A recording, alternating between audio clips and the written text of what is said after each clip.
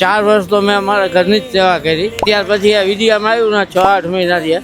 ત્યાર પછી વળી કોઈને એમ થાય કે લાવો આપણે આપી તો 2:30 વાગે આવી જાવ એટલે 5 વાગી જાય. કુંડા સાફ કરી, કોઈ કુંડા ભરી, છેલ્લે પહોંચીને એટલે 3 કલાક જેવું થઈ જાય.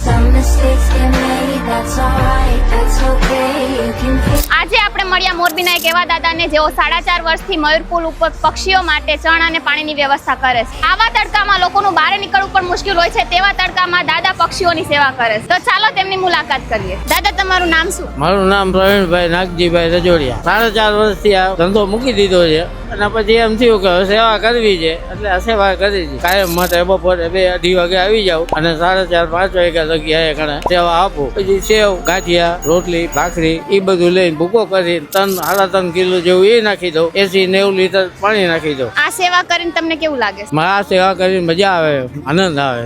આપણે હવે છેલ્લી ઘડી હોય એટલે પછી